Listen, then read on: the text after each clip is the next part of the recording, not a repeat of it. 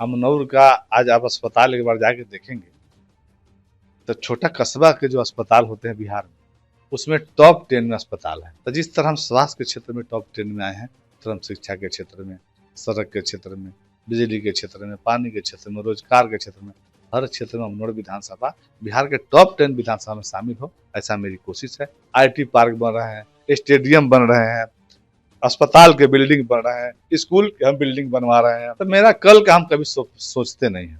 कल हम पद पर रहेंगे नहीं रहेंगे ये मेरे हाथ में नहीं। हम लोग को 5-6 महीने के लिए मंत्री का मिला, क्योंकि फिर चुनाव आने वाला था। चुनाव में हम जीतेंगे कि नहीं जीतेंगे, फिर मंत्री बनेंगे नहीं बनेंगे, ये तो मेरे हाथ में नहीं है।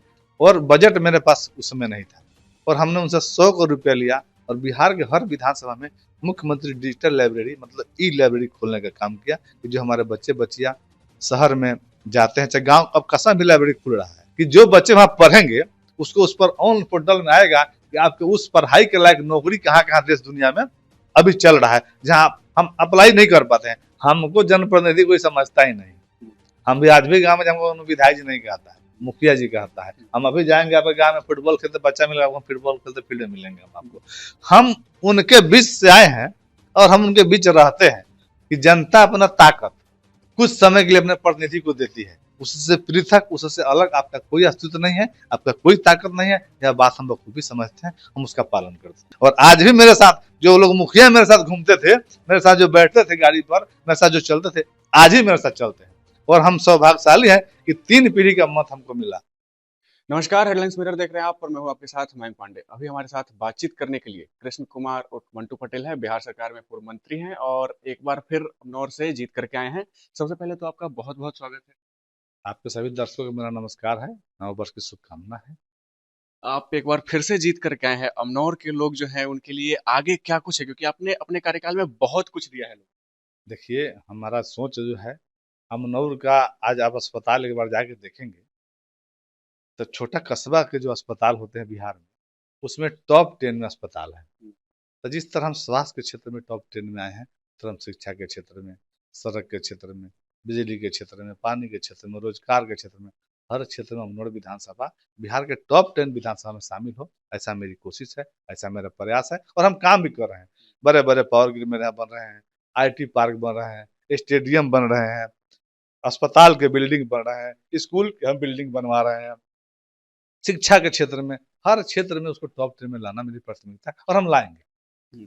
आप जब आईटी मिनिस्ट्री संभाल रहे थे उस दौर में भी आपने काफी काम किया आईटी मिनिस्ट्री में। आपने जो है डिजिटल लाइब्रेरी बनवाई और छात्रावास के ऊपर भी लगातार काम कर रहे हैं। आगे क्या कुछ इस तरीके का जो है और देखने को मिलेगा? देखिए, हमको जब मौका मिला, हम आज शुरू से जब हम मुखिया रहे, प्रमुख प्रतिनिधि भी रहे, कोऑपरेटिव के चेयरमैन भी रहे, 2010 में विधायक भी पहली बार बने, तो मेरा कल का हम कभी सोचते नहीं हैं। कल हम पद पर रहेंगे नहीं रहेंगे ये मेरे हाथ में नहीं है। हम जिस दिन तक जिस पद पर रहते हैं, उस दिन तक उस क्षेत्र के बारे में, उस दायित्व के बारे में पूरी ईमानदारी से अपना काम करते हैं। हम लोग को 5-6 महीने के लिए मंत्री का मिला, क्योंकि फिर चुनाव आने वाला था। चुनाव में हम जीतेंगे कि नहीं जीतेंगे, फिर मंत्री बनेंगे नहीं बनेंगे, ये तो मेरे हाथ में नहीं है। पार्टी संगठन दायित्व तय करता है, जनता जीत तय करती है। तो हमें लगा कि हम जितने दिन हैं उतने दिन अपना काम करना है, पूरा मजबूती से करना है। और IT विभाग जो हमें मिला था, वो आम जनता से बहुत मतलब नहीं रखता था। मैंने जो उसका बार बार जो हम उसका अध्ययन किए, उसका समीक्षात्मक बैठक किए, उस समय सरकारी काम ज्यादा होते थे, सरकार के विभाग के काम होते थे। तो हमने उसको जनता से जोड़ने का प्लान बनाया कि इस विभाग को किस तरह जनता से जोड़े। इस तरह हमने, और दुनिया तकनीक की तरफ बढ़ रही है, तो तकनीक से तरक्की की तरफ मेरा बिहार कैसे बढ़े, यह सपना, यह भाव मेरे मन में आया। और हमने मुख्यमंत्री जी से आग्रह किया, उप मुख्यमंत्री से आग्रह किया, वित्त मंत्री से। और बजट मेरे पास उस समय नहीं था, और हमने उनसे 100 करोड़ रुपया लिया और बिहार के हर विधानसभा में मुख्यमंत्री डिजिटल लाइब्रेरी मतलब ई-लाइब्रेरी खोलने का काम किया, कि जो हमारे बच्चे बच्चियां शहर में जाते हैं, चाहे गांव, अब कसा भी लाइब्रेरी खुल रहा है, और जो 200, 500, 1000 रुपया दे के घंटा पर रोज पर बैठ के पढ़ते हैं, तो जिनके पास पैसा है वो तो जाएंगे, जिनके पास पैसा नहीं, उनके पास प्रतिभा है, वो कहाँ जाएंगे। तो उसके लिए हमने हर विधानसभा में एक लाइब्रेरी दिया। उससे आने वाले दिन उसको प्रखंड लेवल, पंचायत लेवल पर, गांव लेवल पर ले जाना मेरा प्रस्ताव था, कोशिश था। लेकिन हमें जब मौका जितना दिन मिला, विधानसभा लेवल हमने खोलने का काम किया, उद्घाटन किया, शिलान्यास किया, और उसका काम युद्ध स्तर पर चल रहा है। आने वाले दिनों में बेहतर लाइब्रेरी, वाईफाई के साथ कंप्यूटर, लैपटॉप, प्रोजेक्ट, हर चीज सुविधा वहाँ। उसमें एक और हमने उसमें चीज दिया है कि जो बच्चे वहां पढ़ेंगे उसको उस पर ऑन पोर्टल में आएगा कि आपके उस पढ़ाई के लायक नौकरी कहाँ कहाँ देश दुनिया में अभी चल रहा है, जहां हम अप्लाई नहीं कर पाते हैं। नौकरी कहीं जॉब निकला हम देख ही नहीं पाए, ना अखबार देख पाए, ना नेट देख पाए, तो हमको पता नहीं चल पाता। कितने बच्चे इसके लिए मिस कर जाते हैं। तो उसको उसी पोर्टल पे आएगा कि आपके लिए जॉब कहाँ कहाँ अभी चल रहा है, कब तक अप्लाई का डेट है, क्या उसका वेतन है, क्या उसमें क्वालिफिकेशन है, हर चीज उसको हम सुविधा मिलेगा। टू वे था उसमें। आप अभी भी जनता के बारे में इतना सोचते रहते हैं। कम समय के कार्यकाल में भी आपने इतना कुछ कर दिया जो काफ़ी जो मंत्री हैं, जो लंबे समय के कार्यकाल में भी नहीं कर पाए। ये आइडिया उन लोगों के मन में भी आ सकता था। पहले के कई मिनिस्टर्स रहे आईटी के, किसी ने इस लेवल पर युद्ध स्तर का काम नहीं किया है। देखिए, हम शुरू से कार्यकर्ता रहे, एक प्रखंड स्तर का कार्यकर्ता, हम समता पार्टी के प्रखंड अध्यक्ष थे, और जिला अध्यक्ष तक जाना, विधानसभा तक जाना, एक मुखिया से मंत्री तक जाना कितना मुश्किल आसान है, कहने के विषय नहीं है। हम मुखिया थे तो मेरे यहाँ एक मध्य विद्यालय था। हम सोचे कि मुखिया तो कोई बनेंगे हमारे बाद, तो वो रोड ईंटी गिट्टी नल नाली पुल पुलिया बनाएंगे ही, लेकिन मेरे यहाँ एक विद्यालय है, हम उसको 1 दर्जन मध्य विद्यालय बनाएंगे। मेरे पंचायत का एक बेटा बेटी 8वां पास कर जाएगा तो मेरा मुखिया बनना सफल हो जाएगा। है गिट्टी रोड बनाएगा, मुखिया बनना हम सफल नहीं मानते हैं। क्योंकि हमारा शैक्षणिक विकास भी, आर्थिक विकास, सामाजिक विकास, सब विकास में मेरा शैक्षणिक विकास भी जरूरी है। और हम जब शैक्षणिक विकास की तरफ बढ़ेंगे तो हमारे प्रधानमंत्री का जो सपना है विकसित भारत, हमारे मुख्यमंत्री का सपना है विकसित बिहार, तो उस परिकल्पना को साकार करने में मेरा क्या योगदान होगा। तो योगदान मेरा लगा कि लाइब्रेरी खोल के हम विकसित भारत विकसित बिहार की परिकल्पना को साकार कर सकते हैं, उसमें अपना योगदान हमने दिया है। काफ़ी मतलब कार्यकर्ता स्तर से उठ करके इतना आगे आ जाना काफ़ी संघर्ष भरा होता है और कई जो नेता होते हैं इतना आगे आने के दौरान जनता उनसे पीछे छूटती जाती है। लेकिन हमने यहाँ पर देखा कि आपके लिए अभी भी जनता यहाँ पर भीड़ लगाई हुई थी, आप उनके समस्याओं का समाधान कर रहे थे, निदान कर रहे थे। तो ये कैसे मतलब इतने आगे आने के बाद भी हमको जनप्रतिनिधि कोई समझता ही नहीं। हम भी आज भी गाँव में, हमको विधायक जी नहीं कहता है, मुखिया जी कहता है। हम अभी जाएंगे आपके गाँव में फुटबॉल खेलते, बच्चा मिलेगा आपको, फुटबॉल खेलते फील्ड में मिलेंगे हम आपको। हम उनके बीच से आए हैं और हम उनके बीच रहते हैं। हम कोई प्रतिनिधि नहीं है। विधानसभा में जाएंगे तब लिखा है मोटे शब्दों में कि जनता अपना ताकत कुछ समय के लिए अपने प्रतिनिधि को देती है, उससे पृथक, उससे अलग आपका कोई अस्तित्व नहीं है, आपका कोई ताकत नहीं है। यह बात हम बखूबी समझते हैं, हम उसका पालन करते हैं। ये जुड़ाव नहीं छूटेगा? नहीं छूटेगा।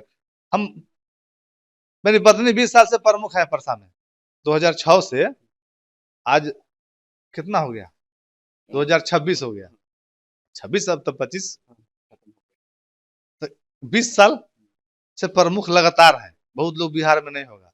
और हम लोग प्रमुख जब बने थे, 10 साल पद में हुआ, दिखवारा के प्रमुख जी हमसे मिले, बोले कि भाई जी आपको प्रमुख से हटाता क्यों? को नहीं, हम तो एक बार प्रमुख बने और 2 साल में हटा दिया। अनूमन लोग हट जाता है मेरे यहाँ, चाहे हर जगह वही होता है। हम जो अपने आप को हम प्रमुख बुझे नहीं, हम समिति बुझते हैं। समिति 20 को मिल के हमको प्रमुख बना दिए, हम ही तो समिति है, हम ही तो समिति है, तब ना प्रमुख बने। तो हम भी आम वोटर हैं तब ना विधायक बने हैं। हम भी एक आम कार्यकर्ता हैं और विधायक कार्यकर्ता है तब बने हैं। तो हम आज भी उस भाव के साथ रहते हैं और कल भी उस भाव के साथ रहेंगे। हम जीते हारे फिर जीते, हमको कभी महसूस नहीं हो कि हम हारे हैं, और न जीते हैं तब भी हमको नहीं लगता हम जीते हैं ना हम हारे हैं। क्योंकि हम भावना वही रखती है रहते हैं, और लोग मान सम्मान से हमको वही देता है। जीते हारे नहीं जीते कोई विषय नहीं है, हम उसके साथ हर कदम पर खड़ा रहेंगे। या लोग का बड़प्पन है कि लोग ने हमको एक जमीन के आदमी को यहाँ तक इस कुर्सी तक बैठाया जो आप हमसे बात कर रहे हैं, या उस आम कार्यकर्ता समर्पित कार्यकर्ता का देन है जो मुखिया से लेकर मंत्री तक मेरे साथ खड़ा है। और आज भी मेरे साथ जो लोग मुखिया मेरे साथ घूमते थे, मेरे साथ जो बैठते थे गाड़ी पर, मेरे साथ जो चलते थे, आज ही मेरे साथ चलते हैं। और हम सौभाग्यशाली हैं कि 3 पीढ़ी का मत हमको मिला। उसके दादाजी वोट दिए, पिताजी वोट दिए, बेटा वोट दिया, अब पोता भी शायद वोट हमको देगा। असली वोट चोरी यहाँ हो रही है, मतलब ऐसा बना लिए हैं जनता से कि ये वोट दूसरों को जा ही नहीं सकता है। वोट मांगना पड़ेगा तो फिर तो कोई विषय नहीं ना है। सही बात हम ऐसा पारिवारिक संबंध रखते लोग हैं। आरोप लगाते हैं ना एनडीए पर कि वोट चोरी होता है। देखिए, एनडीए पारिवारिक नहीं है, एनडीए सामाजिक पार्टी है। और एनडीए परिवार, हमारे नेता नीतीश कुमार जी कहते हैं ना कि पूरा बिहार मेरा परिवार। हमारे नरेंद्र मोदी जी कहते हैं सबका साथ सबका विकास सबका विश्वास। तो हम जब परिवार की तरह पार्टी को मानते हैं तब हमको भी लोग परिवार की तरह मानता है, बेटा की तरह, भाई की तरह से। देखिए, जनता को चुकाने का कर्ज किसी के पास क्षमता नहीं है। कोई दुनिया का नेता जनता का कर्ज उसको कम क्या सकता है, समाप्त नहीं किया। हम 2010 में विधानसभा में घूम रहे थे, एक गांव है मेरे यहाँ बलहा, अमनौर ब्लॉक के बगल में। हम वोट मांगते गए, शाम का 3-4 बज रहा होगा, दिन भर घूमते घूमते, आप जानते हैं आदमी थकता है पैदल चलते चलते। उस दरवाजे पर हमने दस्तक दिया, अंदर से एक माता जी आवाज दी, के बा? हम मंटू। वो घबरा के गेट खोली, गेट खोली, बैठाई आंगन में, और रोटी बना रही थी, सब्जी बना के रखी थी। कही कि बाबू खा ला। हमको एक रोटी दी, सब्जी दी, हम खाए। अब बोली कि हमारे बेटा के नाम मंटू बा, हमारा हमारे बेटा आ गए। अब बताइए, उनका कर्ज आप चुका सकते हैं? हम विधायक बने, उनका चापाकल लगाए, पेंशन बनाए, सब किए, लेकिन क्या उनका मातृत्व का कर्ज हम चुका सकते हैं? बिल्कुल, कभी नहीं। हम आवास दे के, चापाकल दे के, वृद्धा पेंशन दे के हम उनका मातृत्व का कर्ज चुका सकते हैं? नहीं चुका सकते हैं। हम कुछ भी कर देंगे। तो इसे हजारों माताएं बहनें भाई, दादा चाची नानी ऐसी मिलती है जो आपको अथाह दुलार प्यार देती है, उसका कर्ज हम नहीं चुका सकते, और किसी के पास क्षमता नहीं, कोई ताकत कोई क्षमता किसी के पास नहीं। कर्जकर्ता आम लोग जितना आपको दुलार प्यार देते हैं, अपने सदा सकते हैं। इसलिए हम सभी को नमन करते हैं, प्रणाम करते हैं, और अभिनंदन करते हैं। उन्होंने हम पर इतना अथाह भरोसा विश्वास किया, और निश्चित रूप से उन सबके विश्वास पर खरा उतरना मेरी ड्यूटी रहेगी, और हम उतरने की पूरी कोशिश करेंगे। बिल्कुल, पूरी कोशिश करेंगे। हमारे साथ बातचीत करने के लिए बहुत-बहुत धन्यवाद। बहुत आभार आप सबका। देखिए, हमारे साथ कृष्ण कुमार और मंटू पटेल थे, बिहार सरकार में पूर्व मंत्री रहे हैं और अबनौर से विधायक हैं।